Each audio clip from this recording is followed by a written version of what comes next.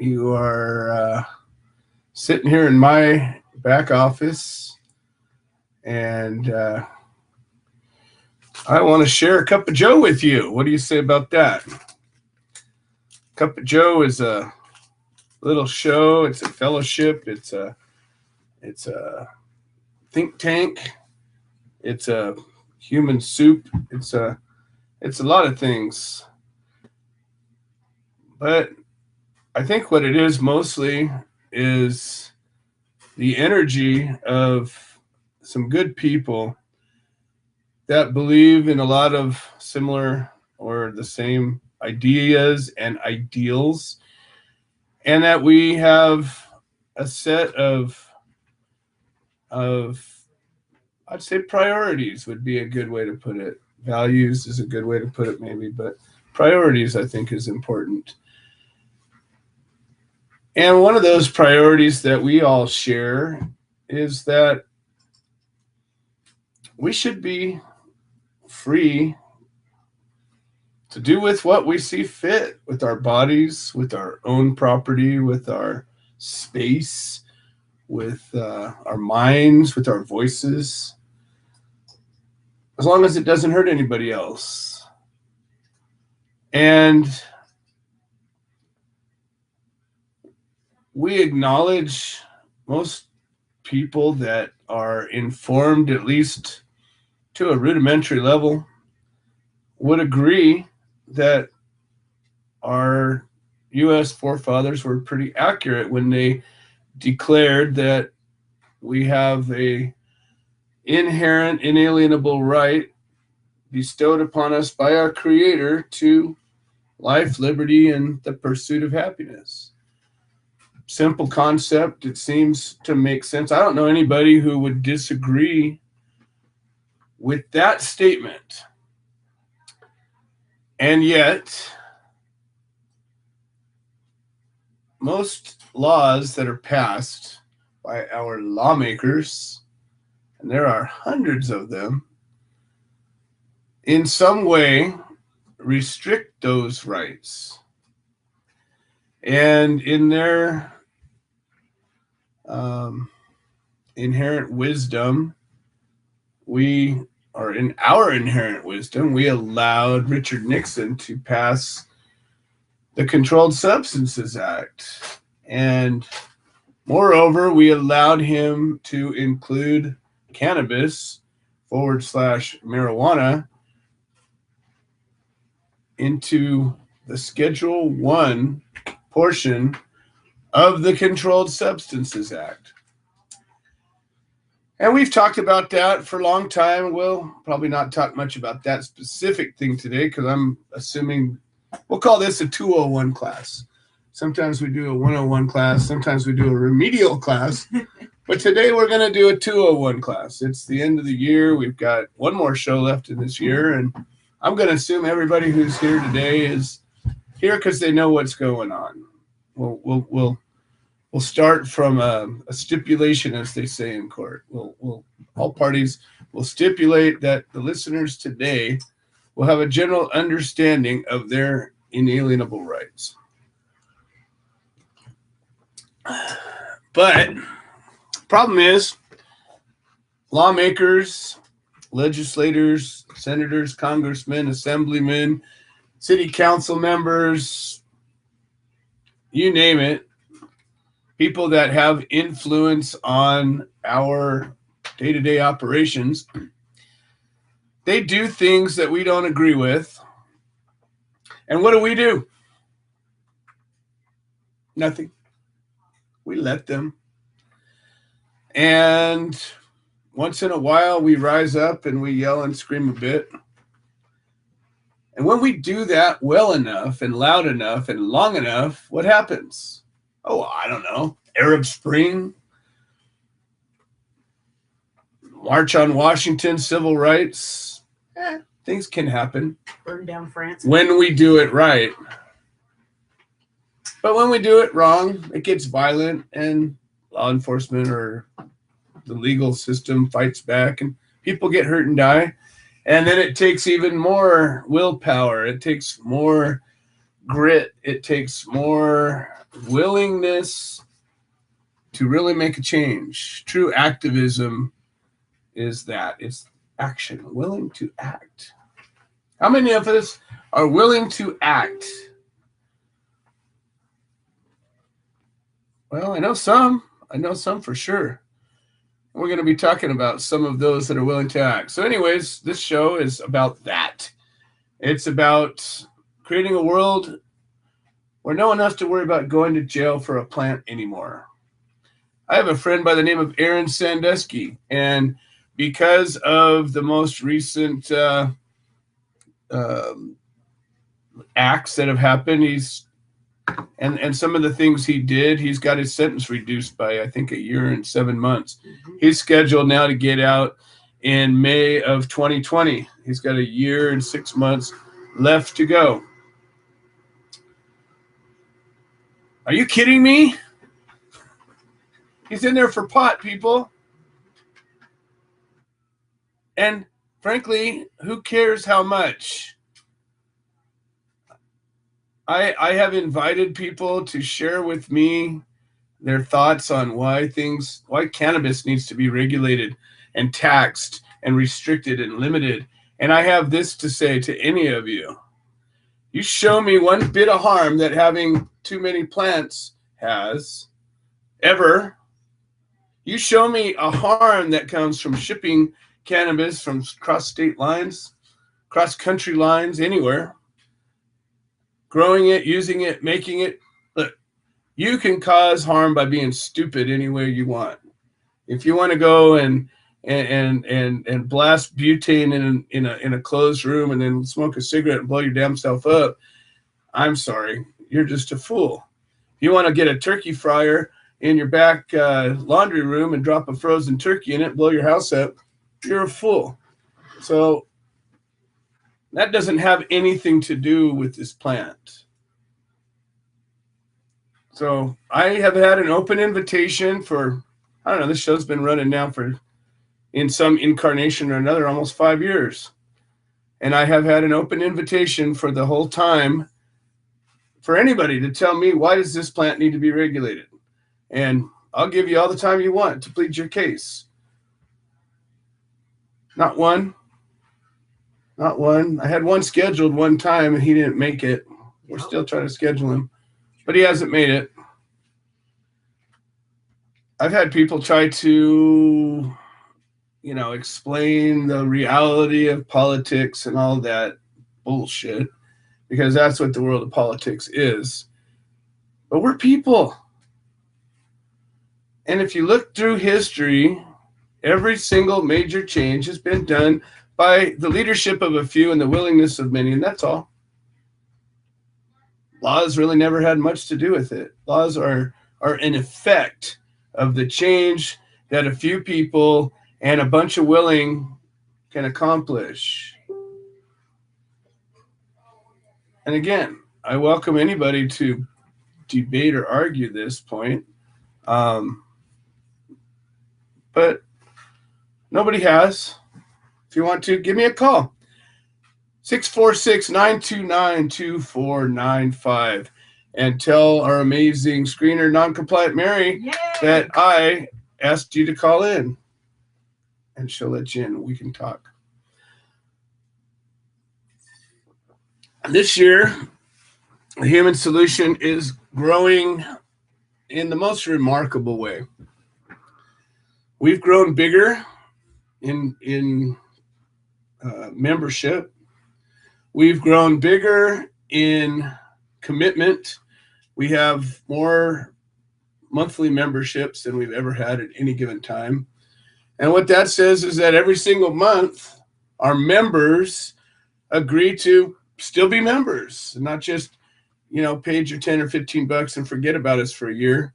Yeah, you get a card for that, but every month, $4.20, $6.30, whatever the commitment was, it's a regular affirmation that says, yes, I still want to help end prohibition. Yes, I still want to be part of the solution. Yes, I'm willing to do something about it. And yes, I matter. I talk a lot about the A team and being a part of the A team. And I get all the people who are sick and sad and tired and they say, but I do this and it counts. Yes, of course, it all counts. Of course it does. It's not the point. But all of the little things stuck in a room are not going to make the change I need to make today. And so as much as I do appreciate all the little things, and I welcome even more people to do the little things, and hell, if we had enough people doing the little things, it would push it over. But I need to get this thing pushed over. I need to live in a world where we don't have to worry about getting locked up for a plant anymore. I am being very clear about my intention, about what is the only thing I'm willing to accept.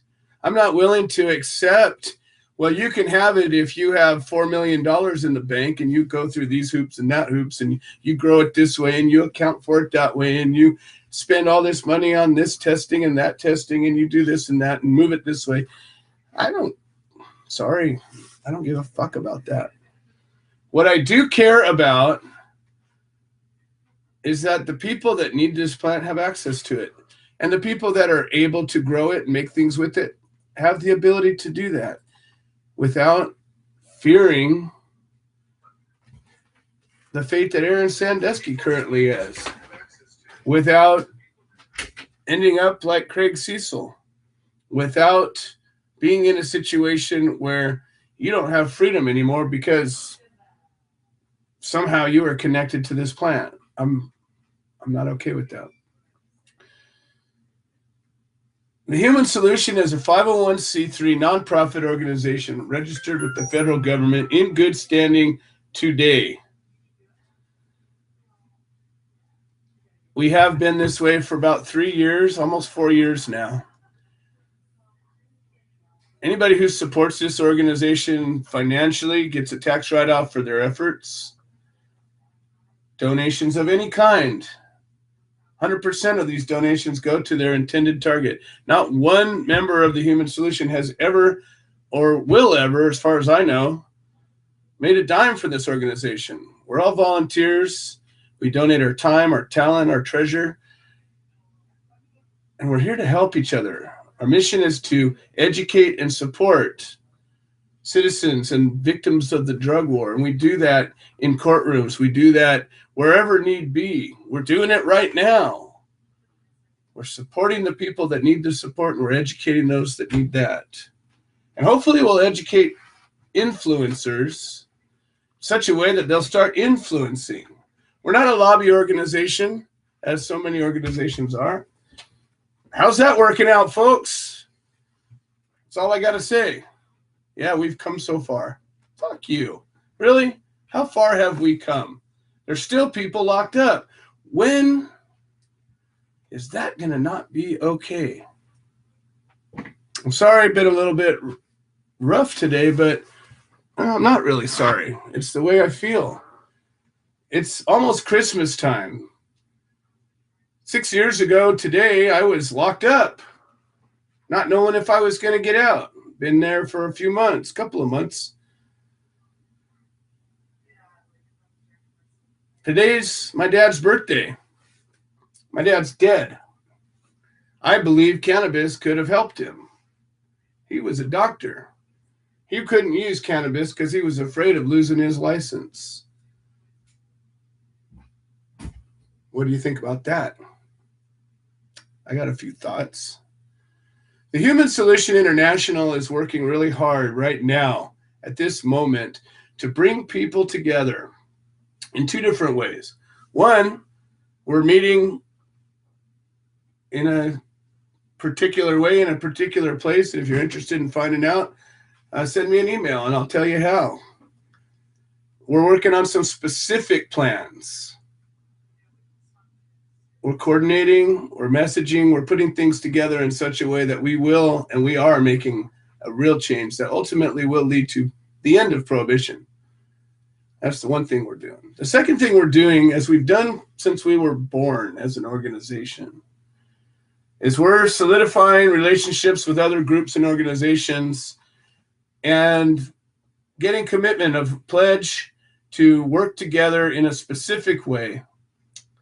We're going to be honoring these commitments. I've tried to make coalitions, put several of them together over the years, and it doesn't seem to be a force of nature that wants to remain intact without a lot of effort from a couple of people. So rather than that, I've decided to let's forge one-on-one relationships.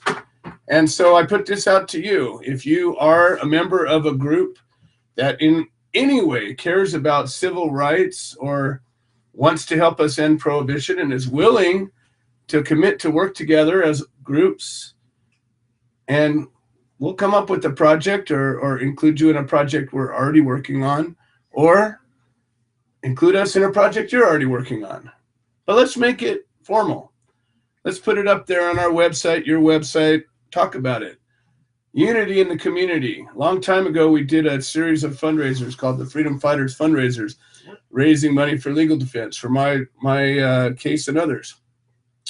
One of the themes of one of those events was unity in the community. And at the time, almost 10 years ago, we had, I don't know, a dozen groups or so that pledged to work together.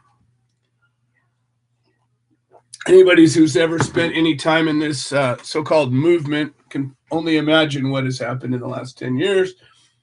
Not so many of those same relationships sit the way they did. But why? No good reason.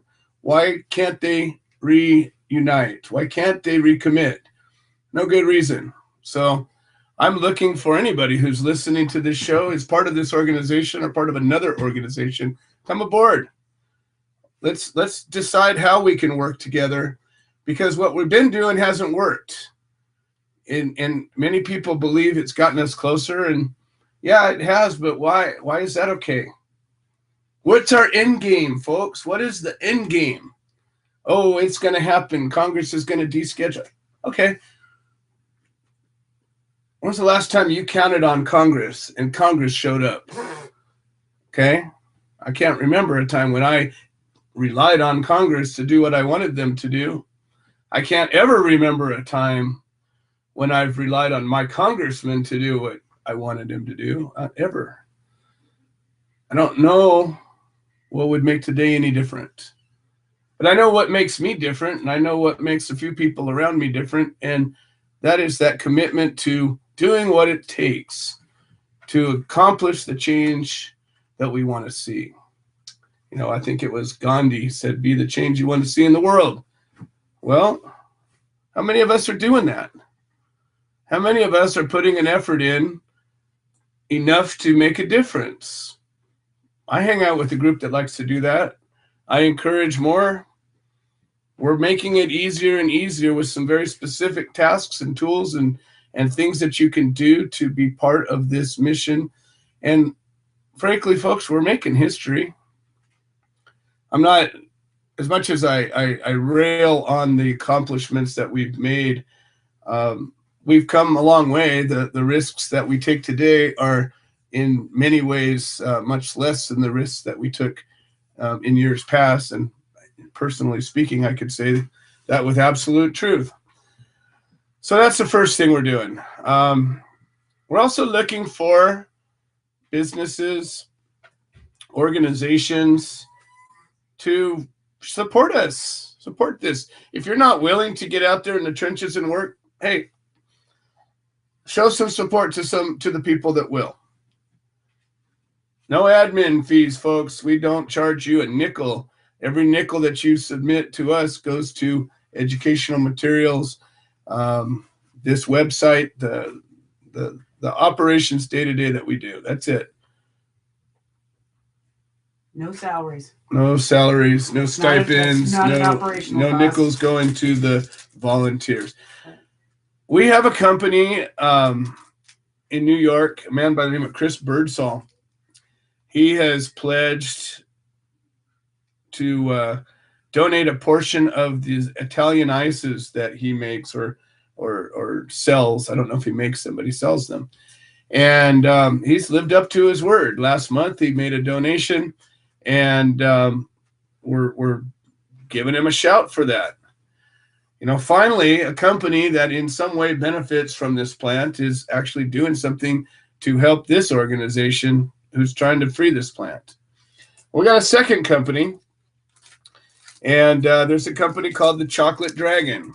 And this is a company that makes boutique chocolates and truffles and all that kind of stuff. They're foo-foo, vegan and gluten-free and peanut-free and all the free stuff that people want. Yeah. And they're infused with CBD. And the owner of this company, Bo Levine, has committed to donating 20% of all the purchases of these particular chocolates to the Human Solution. Yay, Bo! And so if you're interested in learning more about this, give me a holler. Reach me on the website, thsintl.org, and just put, I want to learn more about the chocolates. We'll get you hooked up. We also, I believe, and this isn't anything a company did to help us, but a company that is working with us, we have or will have soon the opportunity to purchase coffee. And I will be the first one to purchase it, and I will be drinking that coffee on hopefully a soon cup of Joe. But same thing happens. I think we sell you a bag of coffee, and $5 of that bag gets donated to the Human Solution. So these are some recent events that have happened. We're working on laying out some of these organizations and individuals that are not specifically connected with the Human Solution, and our pledge to work together in our specific ways that we're working together. So that's what's going on right now. The next thing that's going on is I have a proposition. So I think about this, and I think about it a lot, and I think about it in a lot of different ways, and I try to be creative, and I try to be effective, and I try to be valuable with my thoughts and my actions. And I look at the problem, which is that we're still in a world with prohibition, and people can still get locked up for pot, even in the legal states. If I got one plant too many, I don't have a piece of paper in order, I don't have a license intact, I didn't do this, that, or the other thing, I'm still in violation.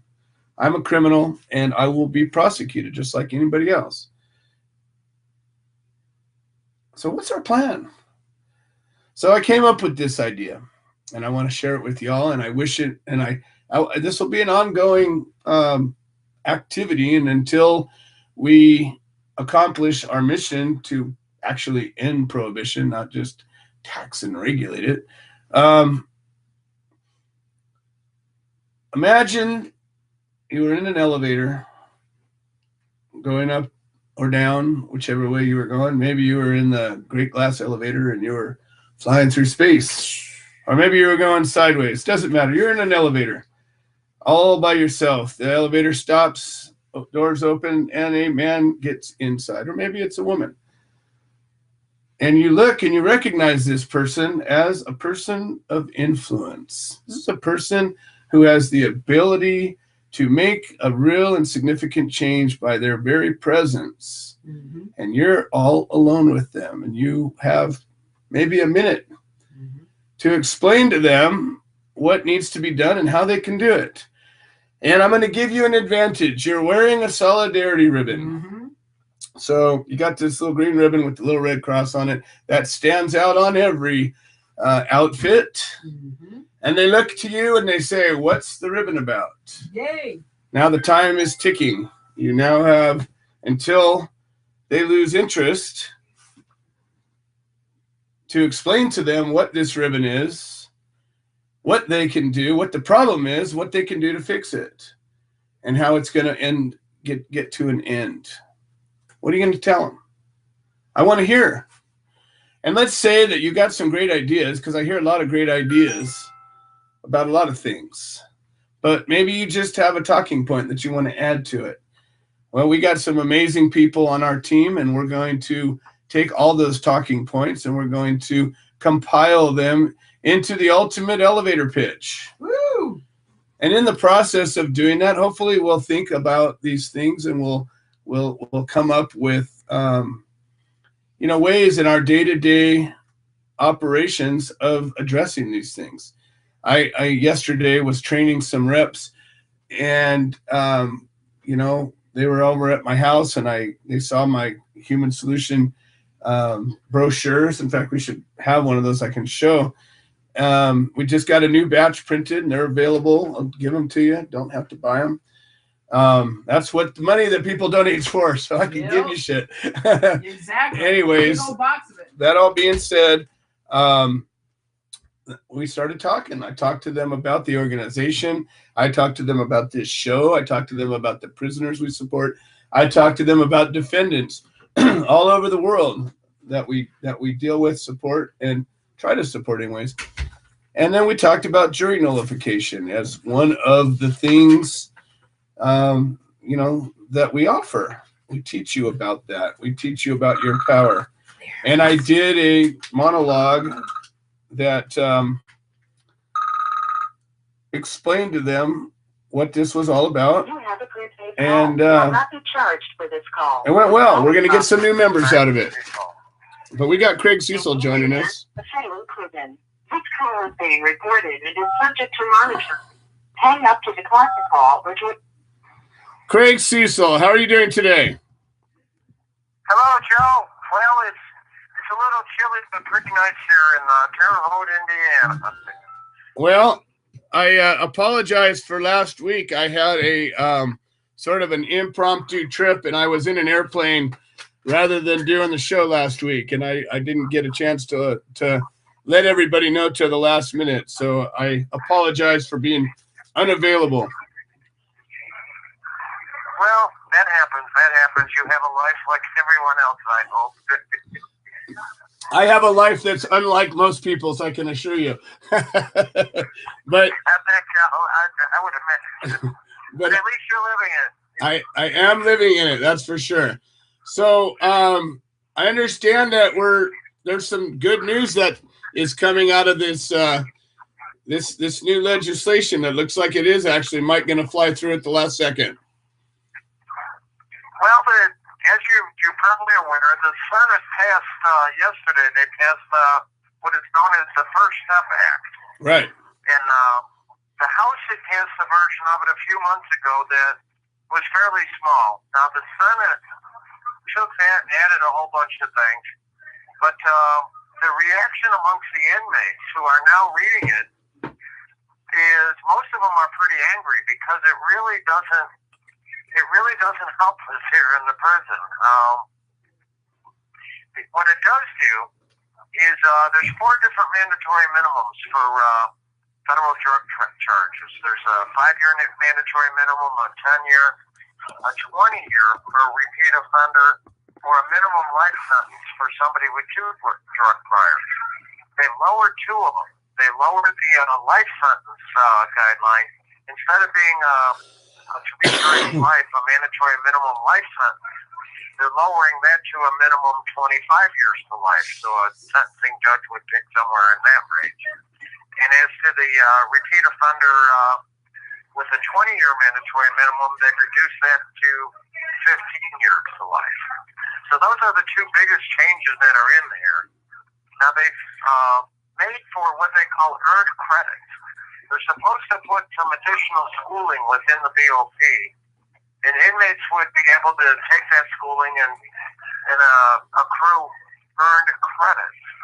Now with those earned credits, they can buy time at the halfway house. Like the last 6 or 8 months of an inmate sentence, they typically serve it at a halfway house so they can kind of reintegrate themselves back in the society. It's like a work release center. But now they just, generally send federal prisoners to those. And what they're going to essentially do in this program is make federal prisoners instead earn that time in the halfway house through those earned credits. But many of the federal prisoners, they're not allowing to be qualified to accrue the earned credits, like if they have violent convictions or violent prior convictions or gun convictions or a whole bevy of offenses disqualifies the inmates for it. I'm here in a medium custody institution, and I would say maybe half or, well, probably less than half of the people here could get that benefit of the halfway house. So they really, under this bill, they've actually lost their ability to go to a halfway house. Wow. So a lot of them aren't happy about that. But it does make a bunch of smaller changes, like women in childbirth won't be handcuffed anymore, which I can't imagine why anybody would have handcuffed them in the first place. I mean, why would you? I just can't imagine that. Yeah, what would they be afraid of? I mean, are they afraid the woman's going to get up and run away? I mean, exactly. That's crazy. Well, you know, I have a special person here with me, and she's not physically with me, but she's in a place that I can connect us. And you know, a woman by the name of Dee Kirkwood. What is the name? You know a woman by the name of Dee Kirkwood? Oh, I sure certainly know Dee, yes. Well, hang on one second. I'm going to push a button, and she's going to be right here with us. Dee, are you there? Hello, this is the official marijuana fairy. This call is from a federal prison. That is great. You know, Craig, I told you about my Lifer Museum, and I have a bunch of potberry stuff that I made. And I have your picture as one of the hang tags that I hang from the little potberry things. And it's like the size of a business card with a little hole at the top with a string. And it just has your picture, and it says, incarcerated since 2002 for conspiracy to possess and distribute marijuana. No marijuana was ever found in his possession, yet he was given a life sentence. So I have about 1,000 of these cards that go on everything that's potberry. And also because you were always saying to support and write the senators and representatives in this in the museum, Lifer Museum, there's a table with samples of writing to the senators, addresses, envelopes, pens, stamps, so they can do it right on the spot. And those are the suggestions that I always hear you give, is write your senators and representatives. So I just wanted to let you know that you are with a big army of supporters your way. Definitely, yes. That's all. Thank you. That does sound exciting. Yeah, Dee. You're one of the artists amongst the whole movement. There's no doubt about that. Well, I think maybe creative. I don't know about artists, but everything I do is created because I don't know anything about law or any of the law words. So I'm just there in spirit, Craig. Completely with you in spirit. Well, Craig, there's a dispensary up in Ojai, and the owner of the dispensary has graciously let Dee use a pretty significant piece of real estate, and she's created almost like a museum dedicated to the pot lifers. And it is not only just educational in that people can learn about the people that we're supporting, but it also gives them an active way to support. And they make it easy for you. They've got everything you need to not only connect with the prisoners, but to also take action with your legislators at the same time, per your request. Thank you. Hopefully you've received that sample letter to the legislator I sent off. I wasn't able to secure an email terminal long enough to type it out to you, so I typed it on a typewriter and mailed it to you, but I know the mail's a little slow now. Hopefully you've received it. I have not received it yet. I did receive the Christmas card, but not that letter. I was hoping to get it on the email, but I'll look for it. Thank you, because in there, as you know, my challenge is I name all the many statutes that are for violent crimes that only carry up to 20 years in prison. Now, and the whole reason of the war on drugs was supposedly to do away with violent crimes. But instead, I'm here in the prison, And more than half the people are here on the drug sentences, which most of which, especially, I think we can all argue, the marijuana offenses don't have any victims. And yet there's very few violent offenders here. Yeah, that's that. You know, when people hear about that, mostly the reaction I get is one of disbelief. People just they take a step back, and if they're actually listening, that's how I know they're listening, because they go, "What?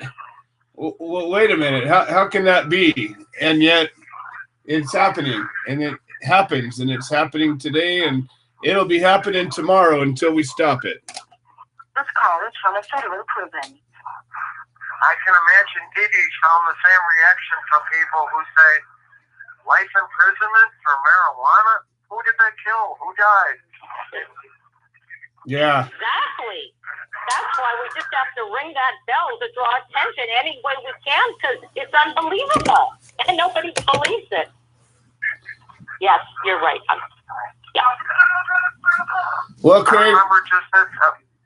Go ahead, Joe. No, I was just going to say, do you have anything that special you can request from our listeners, you know, before Christmas that anybody can do to specifically, you know, be helpful? Well, hopefully you'll be able to get that, you know, sample letter to the congressman. But my push, you know, I have the newest bill from last night. We really don't know how that's going to turn out, because now the House is going to make some changes. It's going to go back and forth, you know, over the next week.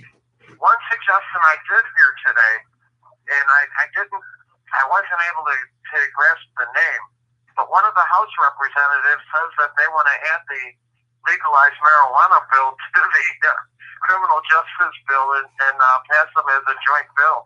So hopefully we can rouse up maybe some more interest for that. Hey. Maybe that's something your listeners might be able to send off to their congressman, that if we're talking about criminal justice, that might be a no-brainer to put in addition to it.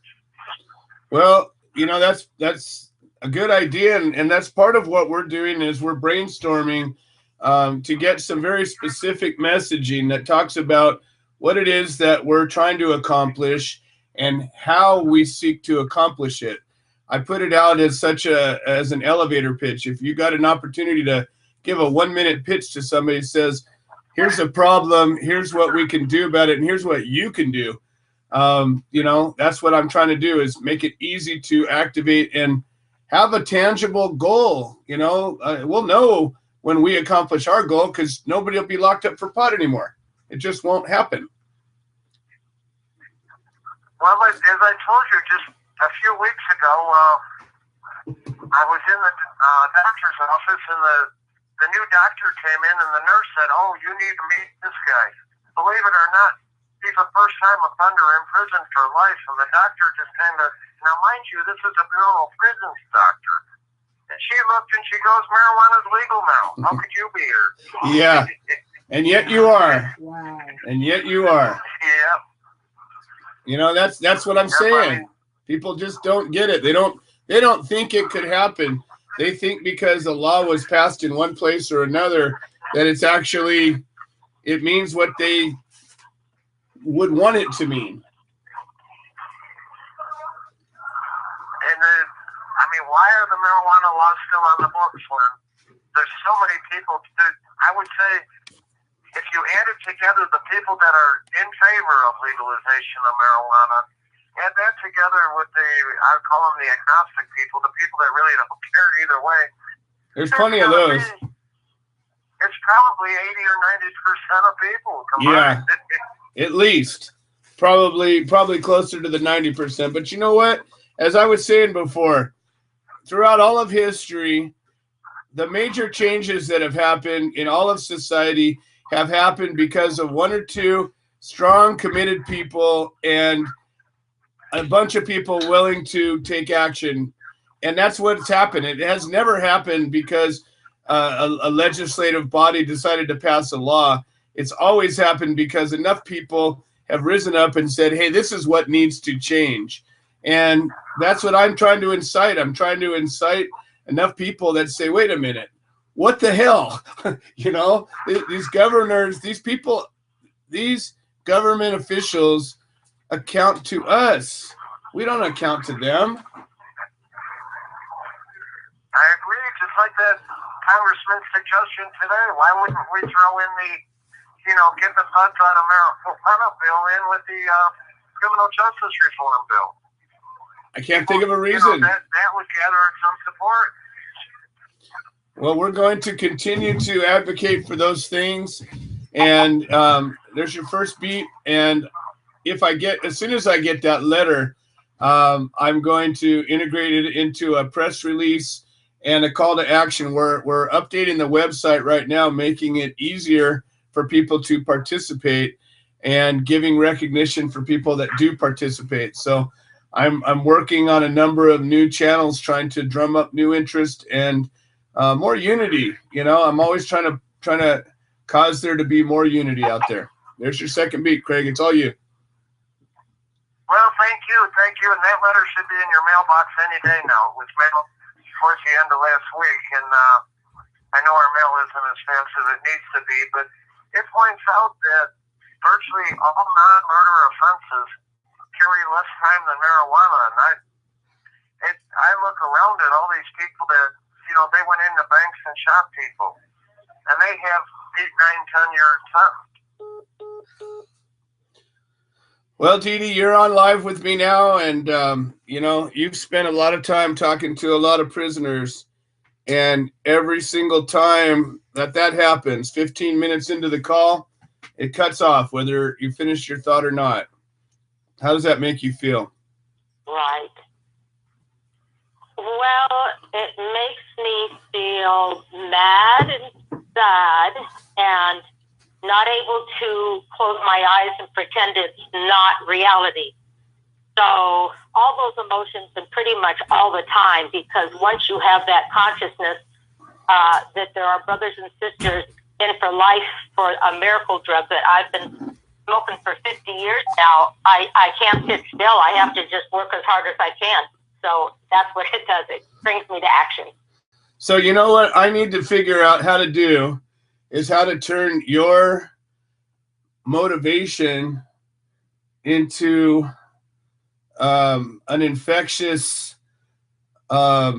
creation, because you have that thing I'm trying to get other people to have. Mm-hmm. If I could just get it, and I mean that's part of what this show's all about. I have it too, but that's just you and me. We need thousands of us. We need millions of us, and then we can have anything we want. Dee Dee, can you imagine if enough of us just wanted the same thing strong enough? We could literally have anything we want.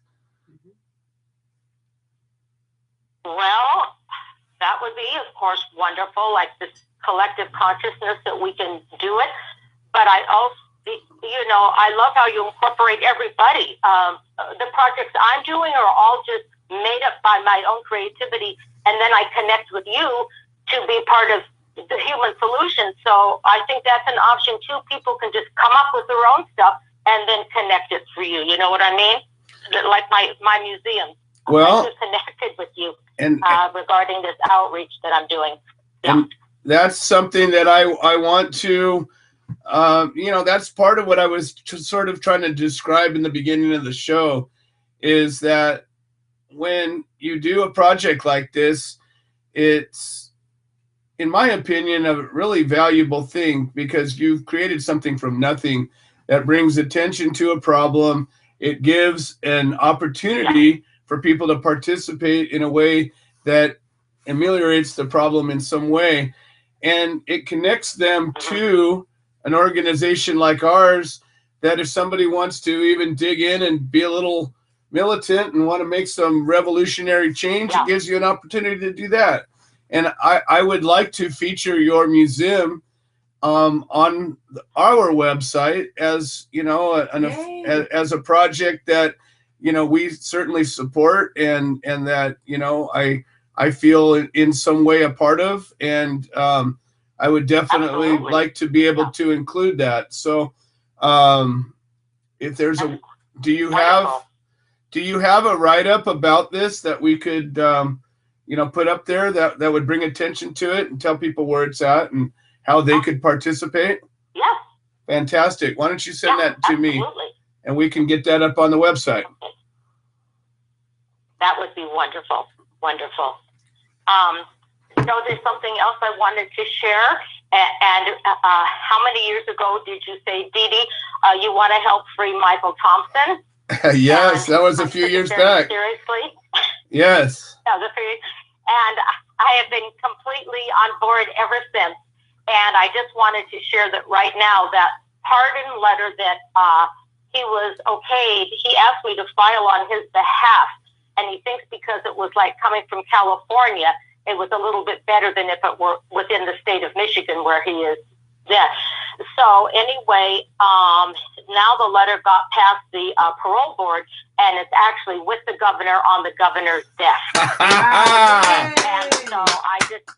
Oh, that's fantastic. So I'm just wanting to have a collective thought of positivity to help him cross this finish line, because it's been there quite a while, and the bad governor, who I have to say, I don't want to say anything bad, but he's the one with the Flint poisoned water in that governor. Right. Is completely responsible for signing one human being.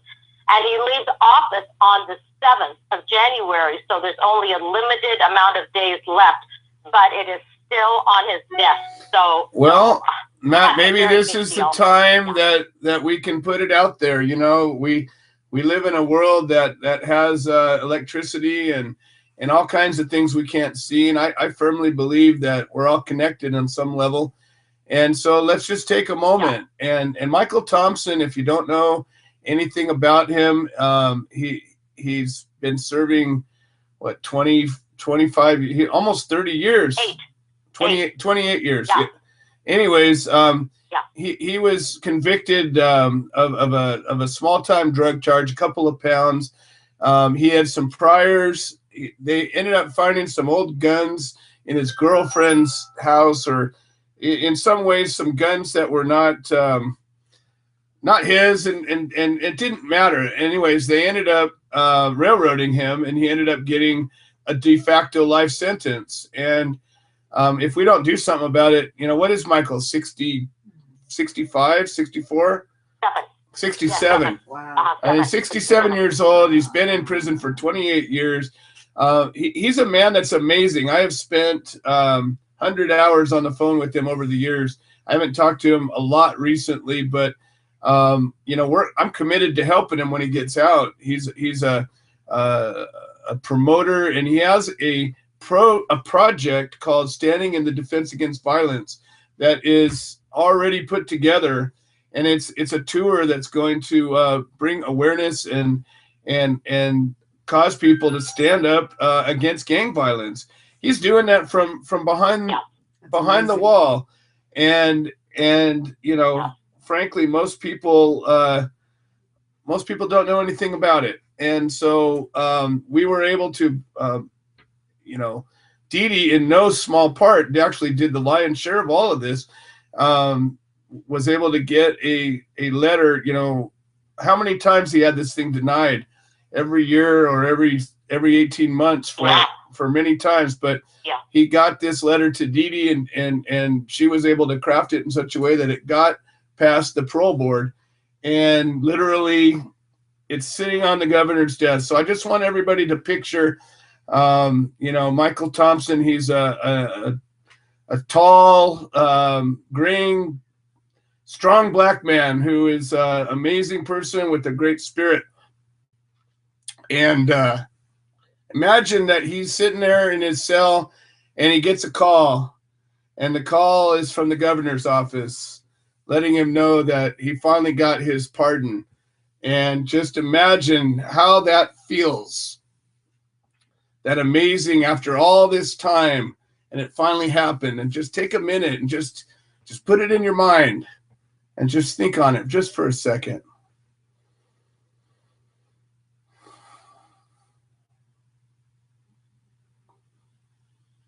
And I think if we put it out there well enough and loud enough, it could happen, and it's going to happen. So, you know what? That's what this is all about, Thank you, Jim. folks. Yeah. And Dee Dee, you know, I just respect you so much. All the work you've done on your own. Just, you know, you've done stuff that people only dream about. You've done stuff that people are afraid of. Well, but you know what? It's only recent, Joe. I was not this person a long time ago. I've only become this person. Yeah, So, right, I just Dee turned Dee. 70, so I'm in a hurry. And before I never found my path, but through you and the Human Solution and Tom Corby and Patrice and my play, it just led me here. So I've arrived at my path. So it's just nice for a change to have such a passion about what my purpose has been. And I wanted just to say one more thing, Joe, about Chelsea and her collective where the Pot Lifer Museum is. She raised $1,000 from Mary's Medicinals, one of her people there. And so when Michael gets out, he will be able to get a coat and a cell phone and all of that. So that $1,000 is waiting, and that was from Chelsea, who did that on her own as a dispensary owner. That Chelsea is just, I just can't say enough about her. Oh, that's fantastic. Chesapeake Creek Collective. That is absolutely fantastic. And you know, she was a guest on the show, I don't know, a couple of months back. Yep. And, you know, just really pleased that she's not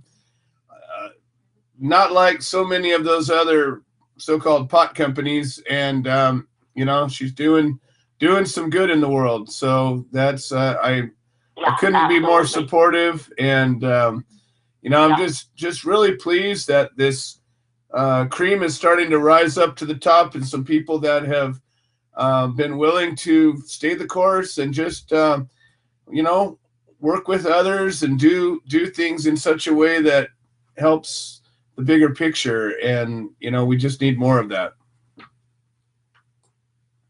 Thank you, Joe, so much. And thank you for your support and your education and everything you've done to help mold me to be this person I am now. I just can't thank you enough for your friendship and everything you say and do. Dee Dee, it means a lot to me, and I just respect you back at you. I love you like a little sister. You're amazing, and I'm just so glad to have you part of the team. Yeah, great. Thank you, Joe. All right, Dee Dee, thank you so much. Again, Dee Dee Kirkwood and the Chesapeake Creek Collective up in Ojai, and Dee Dee's gonna be sending me a write-up about this project, and we will be publishing it in the website, and you'll be able to participate. It'll be an all-around good thing. All right, let's see what we got going on. We got Miggy from Washington. Miggy's a good friend, and I've been working with Miggy now for probably, I don't know, at least 5 years, maybe more.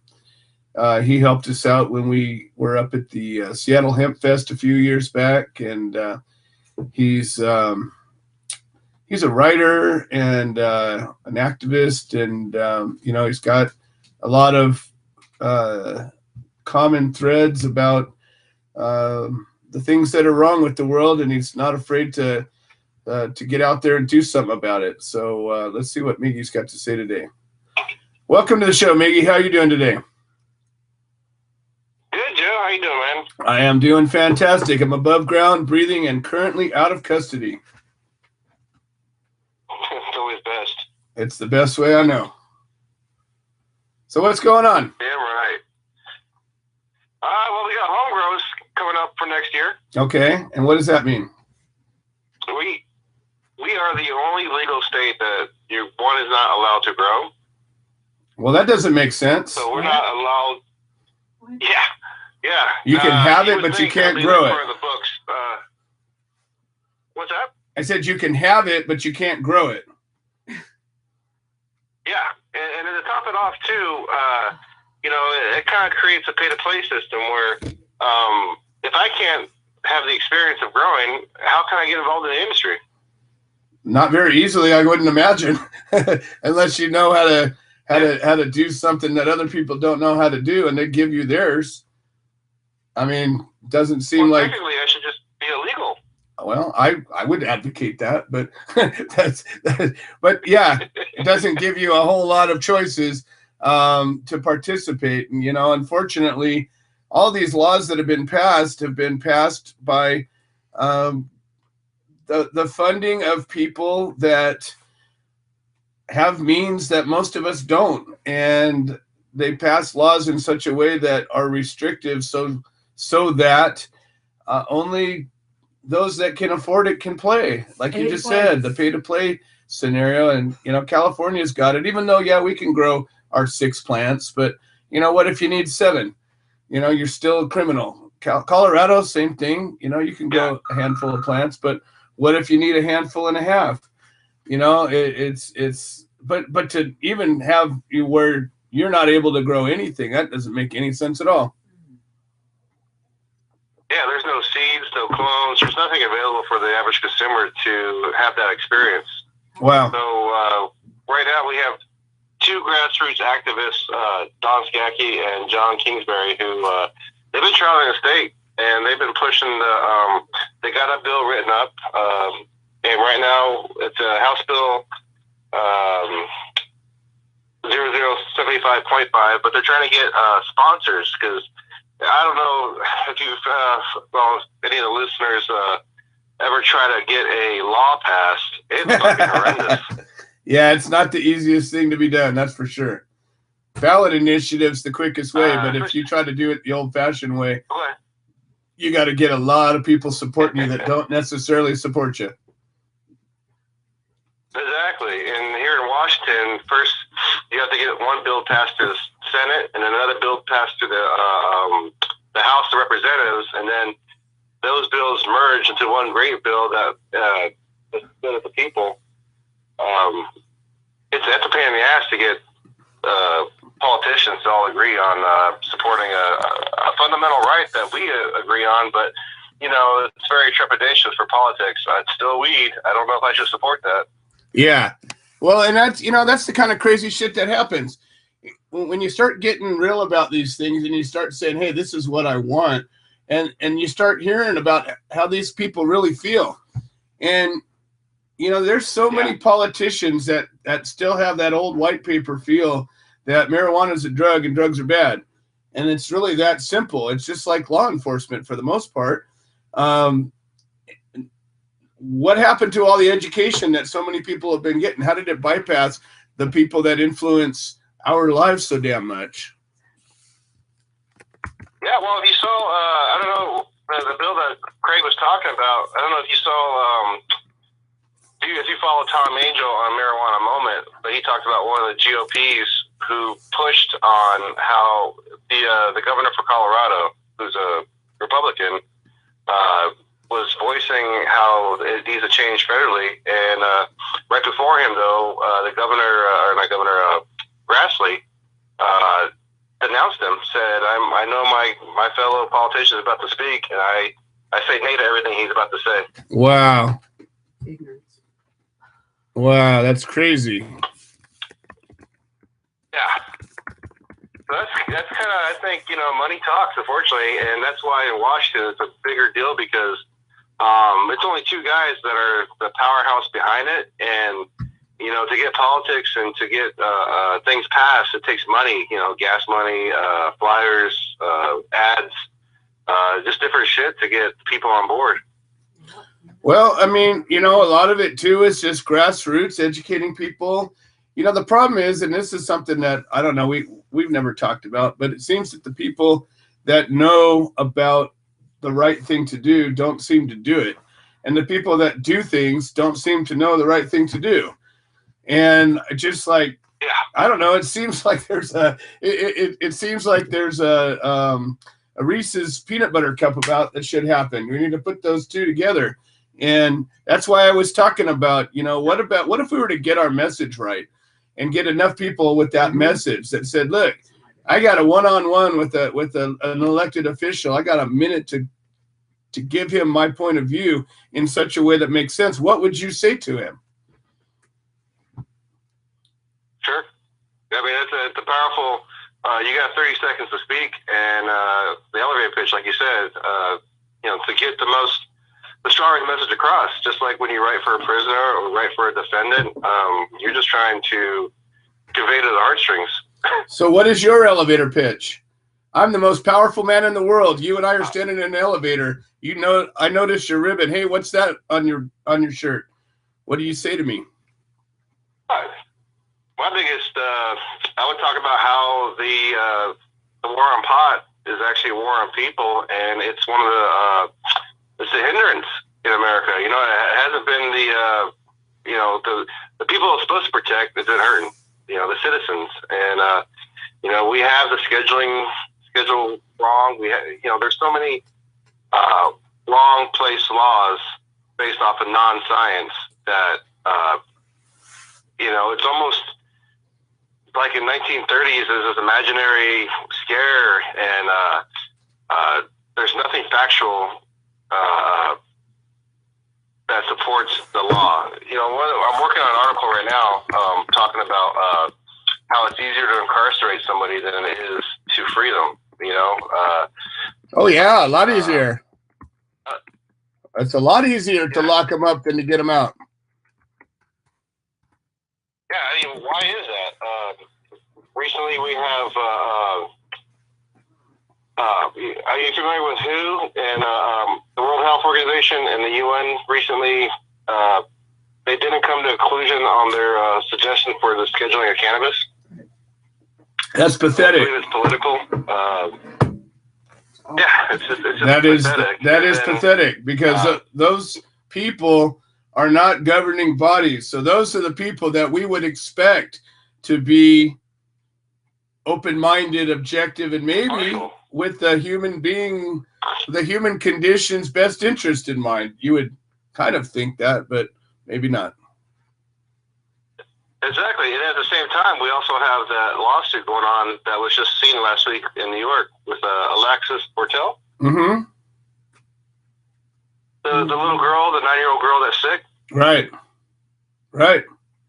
Yeah, so that lawsuit got seen federally last week, which is still a big deal, because if they come to the conclusion that she's allowed to travel to defend her case, because part of it is she can't use her medicine while she's traveling back and forth from her state. So if they pass a ruling that they say she's allowed to medicate, that's even a huge thing towards cannabis patients. But sure. We know how fast this works and how well it does, being that we even had 8 federal fucking patients, and yet the government seems to forget that. Yep, I know. And there's still a couple of them still alive. So, I mean, you know, that's the thing. Yeah. There's all this reality that is sitting in front of us in the world we live in, and the people that influence our reality, they're not connected to it. And I think that we need to get together and pool our resources and clarify our message and start honing it in and beaming it straight into their worlds with a unified message, a clear message, and one that has an action that can be taken to get what we want. And that's what I'm trying to make happen. So I'm certainly open to anything you write that'll further that. I'd love to share that with the audience, you know, on our website if you're up for it. Yeah, totally. I'll share it with you. Plus, anything you guys have. I mean, like, I didn't hear about the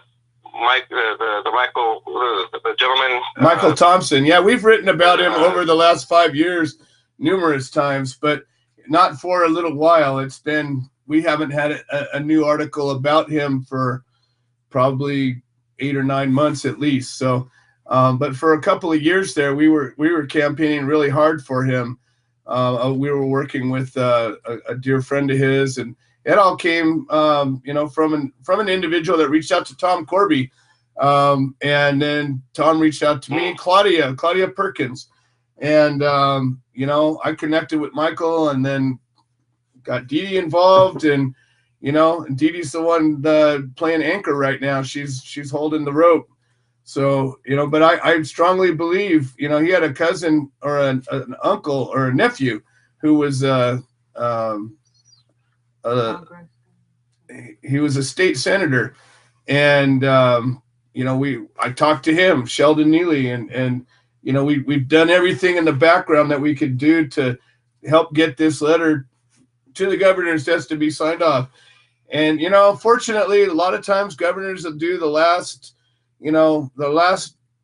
2 hours of their office. They'll get more done than they did the last 2 years. So hopefully this will be another one of those situations where it gets it signed off. But there's definitely a lot of information that over the years we've posted.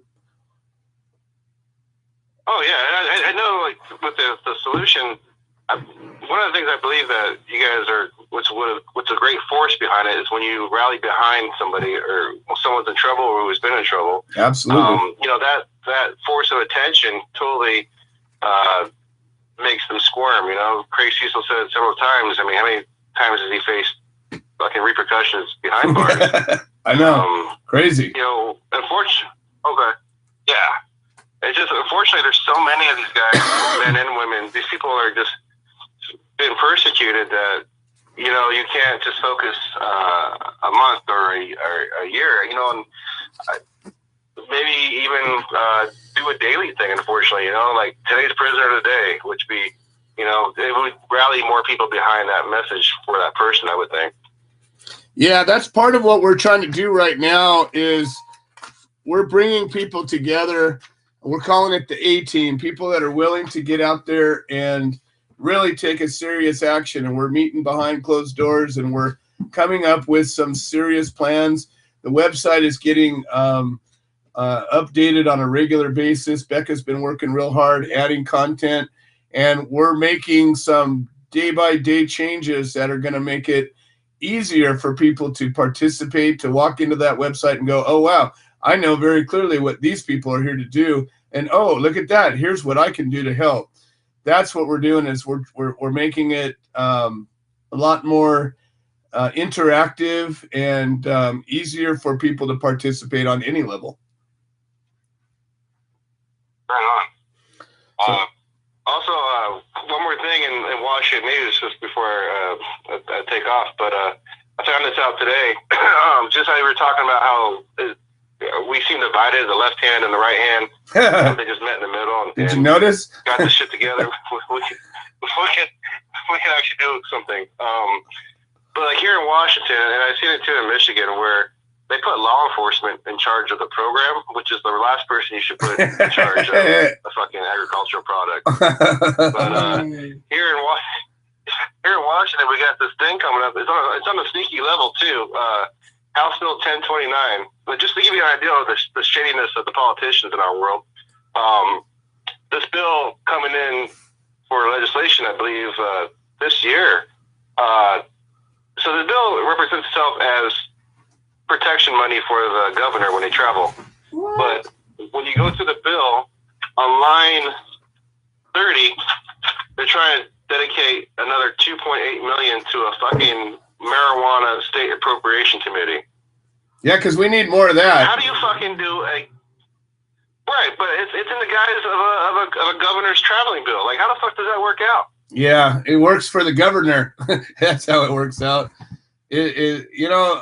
Again, it wouldn't piss me off one little bit if the next election cycle every single sitting politician was removed and the 2 good ones would go out with the 1,000 bad ones and we'd start all over again. I think our odds for better representation would be 10-1 over keeping any of the incumbents in office. I totally agree. But again, people are just people don't like change. It's not a human nature thing. People are afraid of change. They say they want it. Look at Obama's platform, hope and change. And yet, when it really comes down to change is scary as hell. And people don't like to change because they don't know what is in front of them. And the fears that they've been planted by the government, by the big businesses, by the opposition to our freedom. And that's as simple as that. It's not even about pot. It's about freedom. And, anybody who says otherwise, please come aboard and tell me how.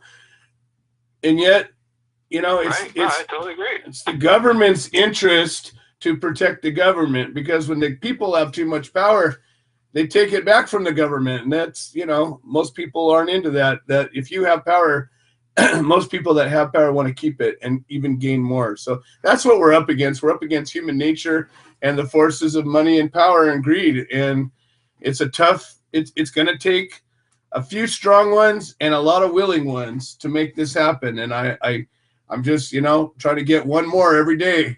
Give me one more. That'll get me 365 a year. I hear you, man. All right, brother. Well, I absolutely appreciate you being out there. I've always considered you a brother in arms. And like I said, anything you post, anything you write, you know, we got a blog part of our website that we've been slowly using more and more. But I absolutely appreciate it if you could publish some content. Will do. I'll send it back once I finish this one article coming up. Fantastic. All right. Thanks again, Maggie from Washington. Yay. Appreciate you being here. Have a good one, brother. You do the same. All right. So let's see. We got 45 minutes of show left, and we got a bunch of people left to talk. We got Creed Leffler. We're going to bring him up next because he's in a hurry. We got Dolores Halbin. She's got a lot of good things to talk about. I can't wait to talk to my friend Dolores. Glenn Keeling. Glenn and Peggy have a current case in the midst of the case fighting for their own freedom. They're running a chapter and helping everybody else out. And then Pete Yapel, the amazing Pete Yapel. I take me 10 minutes to tell all the good things he's doing, so we're just going to mention his name at this point. And hopefully we'll have Tom Corby and George Martorano join us a little bit later. And anybody knows how to get a hold of Tom, Donna's listening. Maybe that's Tom in disguise. That happens from time to time. Anyways, all right. Well, we're going to bring up Creed first. Creed has been an advocate and a guest to the show many, many times. And he's working on a petition to cause the federal government to deschedule cannabis. Creed, how's it going today? It's been a little while. Hey, Creed.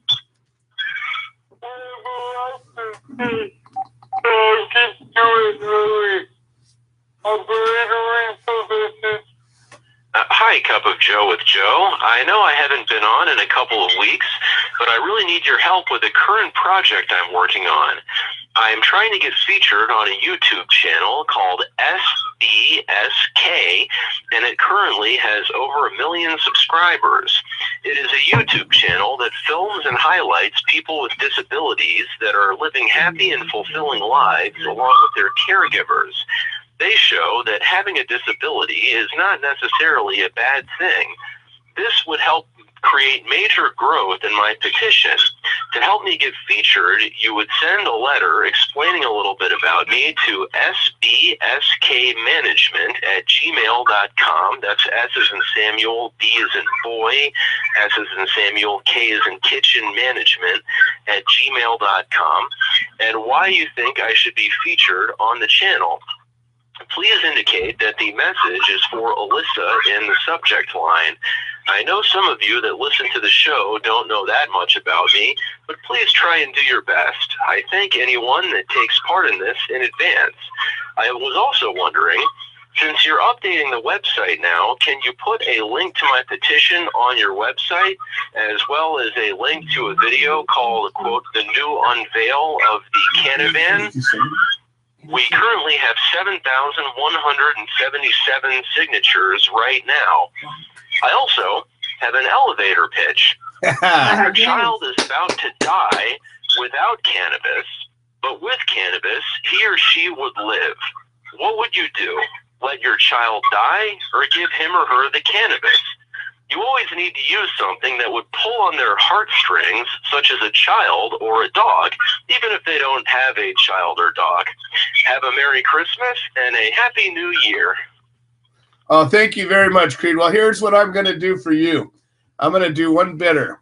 So I believe Lisa sent you maybe a T-shirt and a ribbon, but at least a ribbon. So if you can take a picture of you wearing our ribbon, I will and submit that picture with a pitch, what you want us to do in the text of it. I will put up a page for you on the website. Yay. With all of those things you asked and then some. Yay, what do you say about that? I will do that as soon as I get it. Well, the thing is, we're doing the campaign for SCSK like this week. I will encourage everybody to participate in that campaign. But if you can get me that picture and write up what you just told me, I can also publish it on the website, including a link to your petition. I'm offering both of those things to you. Of course, we're going to encourage everybody to follow the direction that you just gave, but not everybody that follows this has a chance to listen to the show. So the website is a resource that people rely on, and it will give one more place for people to see that, is all I'm saying.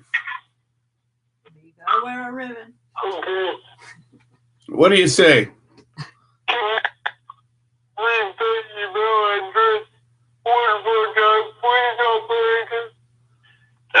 Are you saying the instructions for the email? I'm saying, yes, if you can type up what you just told me, as well as send me a picture wearing our ribbon, and also, you know, anything he wants, I'm offering that he can have a profile picture, a profile page on our website with a call to action. I'm willing to give that to him. All right, and thank you. And the email, just one more time, is sbskmanagement@gmail.com. Excellent, excellent. All right, Creed. Well, we'll get as much as we can typed up, and I'll make sure I send an email. I'll be glad to do that for you, and I'm hoping everybody else that listening will do the same. Bye, Creed. All right, thank you very much, Creed. We'll talk to you soon. Bye. Bye. All right, Creed Leffler, folks. Yay. Oh, good. We do have Tom Corby. He has joined the ship here. All right, let's see. Let's go to Glenn Keeling. I'm hoping to hear some good news about their case, as I always do. Glenn and Peggy have been fighting a case now for a year, and Peggy's in poor health, and the toll fighting a case takes is indescribable. You know, when I talk to people that have never been affected by law enforcement with cannabis, I get what it's like to have never been arrested, because I remember what that was like, and I had no idea what it's like to have your freedom forcibly taken from you, and to not be able to physically do anything about it, to be confined against your will, is an excruciating thing. It's a humiliating thing. It's an oppressive thing. It's a repressive thing. It's almost impossible to describe what it does to a free spirit. But what it does to a good free spirit is it pisses us off. It makes us want to do something about it. And Glenn and Peggy happen to be two of those good folks. So let's see what they got to say. Glenn, welcome to the show. How are you doing? Good evening, Joe. Thank you. Thank you very much for having me on. Always a pleasure. Well, after over a year, our case started October 31st of 2017. And we are no farther now than we were the very first day that we went to court. I can't say that. We have come a few ways. We're charged with possession of cannabis. We're charged with endangering our child and manufacturing and all. Telling us we're a criminal, and the courts have allowed us to use exactly what they're charging us with possession of. We are in the state of Ohio. Peggy and I are both now on the patient network registry, and we're still being charged, which is crazy. But we're supporting a few cases that are going on here in Ohio right now that are facing cannabis charges. And we we know that there's more out there and there's a lot more going on here in Ohio, but we really can't help you guys unless, you know, you got to get it out there and reach out and ask for help. I mean, we ask for help, and man, we've got a huge, you know, supportive help for us, and we're grateful for everybody that's helping and supporting us. We just want to be there and help and support you guys. Wherever you may be, just reach out to us. We're the Creative Care Beacon here in Ohio, the Human Solution International Chapter of Ohio. Yay.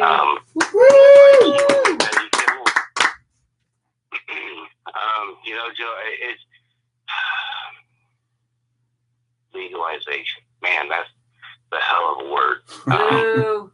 Of course, we talk about it every week. It's we got to get past legalization, you know, because we see it every day, you know, what legalization does and does not do for people. We got to just stand together and fight, you know, for one another and be there for each other. I couldn't agree more. And, you know, we're doing it one by one. Every week goes by, I feel that our organization's getting stronger. More people understand the difference between legalization and freedom.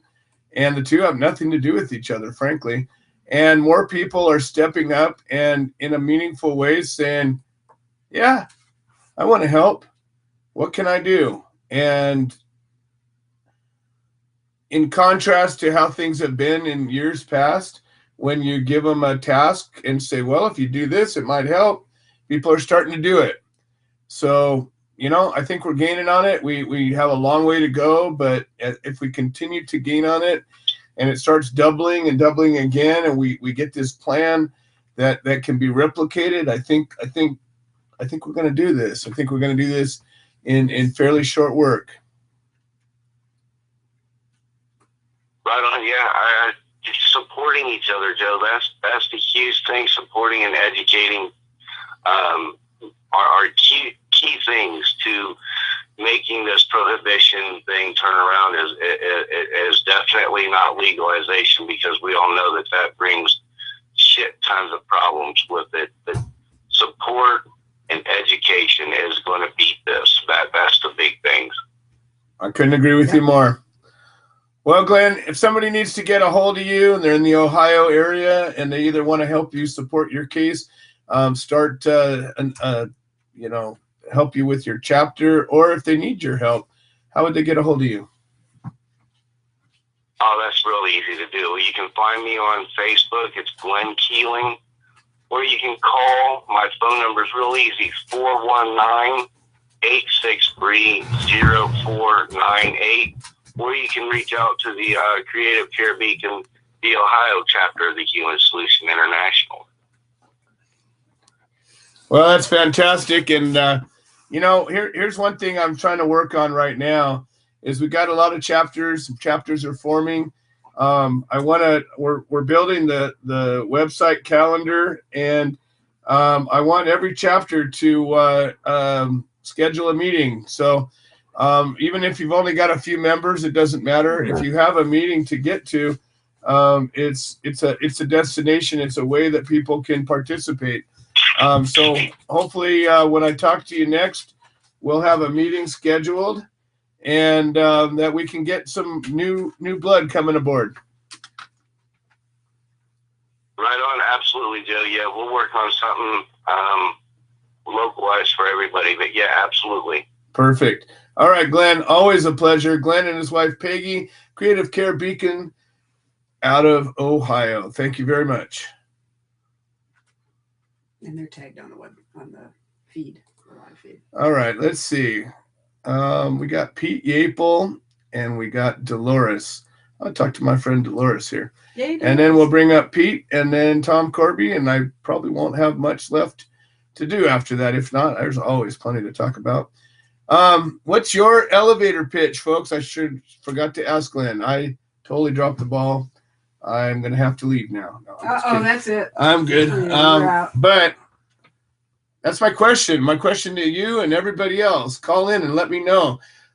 Pick up the phone, dial 646-929-2495. What is your elevator pitch? What's your point that would help to make the difference? What's your end goal? What's the problem? What's your solution? Tell me how to make the difference. Dolores Halbin. Welcome to the show, my friend Dolores. How you doing? Hey, Joe. I'm okay. How about you? I am above ground, breathing, and Great currently show so out of far. custody. Yay. Absolutely. Well, I'm going to start, in case we forget, with my elevator pitch. All right. And here's my elevator pitch. We got somewhere upwards of 100,000 unopened rape kits in this country.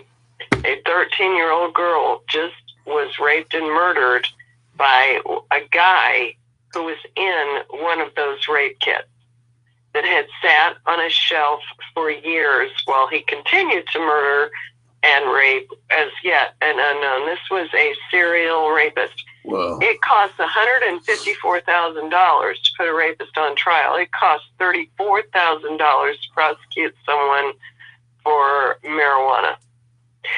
So if you only have X budget, what are you going to prosecute? The $154,000 rape case that has absolutely no return on it, and you're going to have to go after an actual bad guy, and there's going to have to be people crying on the stand and a lot of forensic evidence and a lot of work, let's face it, versus putting Glenn and Peggy on trial, putting Gene and I on trial, and putting what I hope will be our prisoner of the day, Dana and Sue Bland, on trial.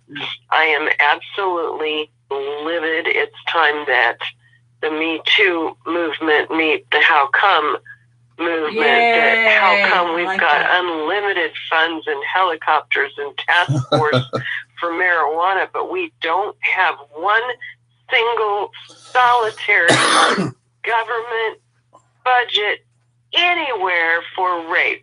Not on a federal level, not on a state level, not on a city or county level. There is no budget for rape, but there is $1 billion budget for the drug war. So up yours. That's my elevator pitch. I like it. And you know what? Anyway. That's what I'm trying to do, is bring these salient points to the surface so that when people are approached, I have people all the time. It took a while. You know, I've been wearing this ribbon for almost 10 years now. And when people first started asking me about it, you know, I start thinking, and you know me, I'm not a man of few words. So I'd get yapping away, and, you know, I'd either have them in love with me or asleep within, 10 minutes of trying to get a point out. Well, neither one of those is what I was looking for. I just wanted to teach them about this. And I think having these, often we get a small window of opportunity to have somebody actually paying attention to us. And if we can drive those points home, that's a beautiful point. Where is the California Rape Task Force? Where is it? Where's the Orange County Rape Task Force? Where's the federal Rape Task Force? Where's the federal dollars? Where's the federal reimbursement dollars? There's every state that wants it can have a federal state drug task force, like the guys that busted us that drive the big black SUVs. Right. And the guys who busted Glenn and Peggy. They can all, and those guys get all the weapons. They've got slush funds. There ain't a damn task force for rape in the country. I've researched this. For me, I think it's like somehow getting the message to the New York Times. I think that those of us that are in a leadership position in the community and that can write need to start writing editorials. We do an awfully lot of preaching to the choir, but we have got to get our message into the New York Times. We've got to get it into Huffington Post. We've got to start writing some good editorials. There will never be anything united. The minute, Amendment 2 got passed and medical got passed in Missouri, I can't even get the veterans I know to to make a phone call for the Blands or write a letter for the Blands. Everybody's making money. You know, we're getting our dispensaries opened, and oh yeah, that's right. Those poor people that got busted. Oh yeah. Well, if I can get to it today, but you know, it's so frustrating. I mean, we started out 50 guys in life. I have no idea what happened in D.C. with prison reform this week. Not I enough. haven't heard a word about Rand Paul's bill. There was another senator that, and I heard another Democratic senator said, well, we made some progress, but it's a convoluted mess. So Yeah. I guess we'll have to just wait and see what comes out in the wash. Well, Dolores, I want to ask you to do a gigantic favor that I think is going to help if you can do it. What you just said, you know, if you could write me a paragraph that lays out what you said, I'd like to publish it on our website. As I'm telling you, our website's becoming more of a resource. And I think that as we're doing that, once it gets published, it can get shared. It can get forwarded. It can be read easier. I'm going to do the same. I'm going to be writing my elevator pitch, and you know, let's put this stuff together in a way that people can. Well, so if you send me, we have got to tie the rage, the female rage. We have got to tie that to prohibition, and when I and here's the thing. You know, Joe, this happens to a lot of us. I'm sure, Peter, if you're listening, this has happened to you. But you go to research something, and you find out something else when you think that you can't be shocked, or, you know, and another veil unfolds, and you're just like, you've got to be fucking kidding me. Who does this kind of shit? You know? And you're right. when I looked at the numbers and realized that the reason those rape kits weren't getting opened was because rape trials are expensive. And here's my personal experience with this. So I'll make this short. But I mean, I've been on this since I was 20 years old. My brother was murdered in 1975 on August the 12th. He was beaten to death in front of witnesses, his friends. He was running a youth center in the inner city, and a woman came in with her kid that played there all the time, and her boyfriend followed her in drunk and started to beat her up, and he got in the middle, and he was beaten to death. So the next day, 11 hours later, that man is out of jail. And, you know, I still remember the old yellow phone in the living room and it ringing at 2 o'clock in the afternoon. And my mom and I are both on it. And the prosecutor says, Mrs. Montgomery, I'm sorry, but we just don't have a case against this man. And she's, there were 6 witnesses. Well, yes, but they were all his friends.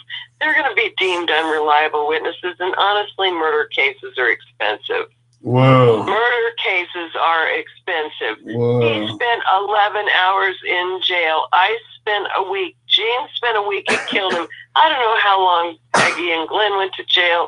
Well, I was locked up for a couple of months. In jail. They set their bond at $30,000 a piece, and she's mentally handicapped. So what I need, please, is we need to go after these prosecutors. We need to get the 3 put on one page together. Amy's, Glenn's, and who else is Michelle Button? Has she buttoned up her case? Yeah, her case got buttoned up not too long ago. But there's still more cases. We got a few cases that are still. Well, right now, let's do prisoner of the day, and let's go after Amy Box. Amy Box has refused to do a single interview with the newspaper here since she was elected in 2014. She just got reelected. She's got nothing to lose. She won't call anybody back. So what I need people to do is to call and leave all this information with her secretary. That way her secretary has to write it all down. Yeah. I need people to call from across the country, and I need veterans to call. This guy is an Iraqi vet. He's got Iraqi, whatever that crap is that they brought back from the first round. He's got that. He's got it bad. And you were talking about how physically hard this is on people. My husband didn't live through it. This guy won't live through it. His wife's probably got an IQ of 180. Everything that got left out got replaced by sweetness. She's sweet Sue, the sweetest thing you'll ever, but she's not competent to stand trial. And to put him in jail on a $30,000 bond and charge him with tampering with evidence and Class C felonies too, each. We've got, what they're doing is now legal here. So as of December 6th, what they were doing is now legal here. Not technically, because you're supposed to get it from a dispensary, but it's still bullshit. The least they could do is drop it to misdemeanor possession and give them time served and let them walk away, and that won't hurt them. They can expunge all that later. But their evidentiary hearing is December 27th. That is the day Amy Box is going to decide if she really wants to take this to trial. And between now and December 27th, we have to make her really not want to take this to trial. We have to let her know that this poor couple that's being raked over the coals in the little town of Cassville, Missouri, that people in California, the people in New York, the people in Colorado, the people in Washington, I need Tracy to call in. I need everybody to call this woman this week, and we should do the same thing with Peggy and Glenn's prosecutor, and just call them and cry. And they really hate it when you cry, and they have to listen to you. So if we can just do that and adopt the Blands and the Killings for this week and make those calls, let's make those calls. Let's start working on these prosecuting attorneys. If they refuse to prosecute, these drug task force won't get any money. I couldn't agree more. More. They won't get their footing.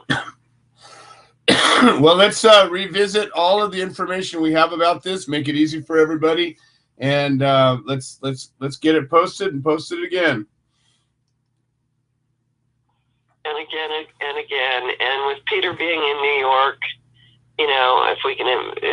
Peter, we need you to get your New York people to call, because I want this lady to get calls from as many states this week as we can get it from, so she knows that the national spotlight is going to be on Cassville, Missouri on December 27th. And with any luck, we can do this every time there's one of these bullshit patient cases that come up. If we can let them know the week ahead of time that the national spotlight is on them, they're much more likely to just drop it and let us all go home. No, it's totally true. Wow, these people are sick. It's totally true. And you know what? These people don't want the spotlight cast on them. They get away with what they can get away with. And when they start seeing the light coming at them, they're just like rats and cockroaches. They scurry away. They don't want any bit of it. So, we can be that spotlight. No. We've got to be that spotlight for this couple. They're an absolute nervous wreck. And well, tell them they got my support. I'll make that call tomorrow. Well, yeah, and I wanted to, Peggy, if you're listening, thank you so much for reaching out and talking to Sue. I just simply don't have time, but she has said that you have been wonderful to her. So Dana and Sue Bland, they're on Facebook just under Dana Bland, but you can get them both there. If you haven't friend requested them, please do. Give these people as much moral support as you can. Say your prayers for them. It's Christmas. We need Peggy and Glenn, and we need Dana and Sue to be able to celebrate Christmas without this bullshit over their heads. So I'm praying for a Christmas miracle. I'm trusting you guys to make those phone calls and to get one or two other people to make a phone call. And let's jam their lines and tell their secretaries and fill up their voicemails. I couldn't agree more. Yep. Well, we'll do it. You have my my commitment here with the headquarters chapter of the Human Solution International. Yep. Always do. And if I am ever needed on any of these other cases, like you guys, call me. I'm an RN again. Yay! My license back. and I am more than qualified to do court support. So if anybody needs a professional witness, I do it for anybody. Too many people did it for me. So, and as this thing goes on, Joe, I'm in your corner to do whatever. I know you are. I don't know what the hell to do. Oh, well, the first thing to do is fish on the sea. We save them one at a time. And right now, we got to save the Blands and the Keelings. Well, you give me something to write up about, and we're gonna be publishing a lot of new content on the website, on the calendar. If there's a date that is important for anything to happen, give us the information. We'll put it up on the calendar for everybody. Okay, who should I give that to? You, Lisa? Just give it to me. Give it to me for now, and then we'll figure it out after that.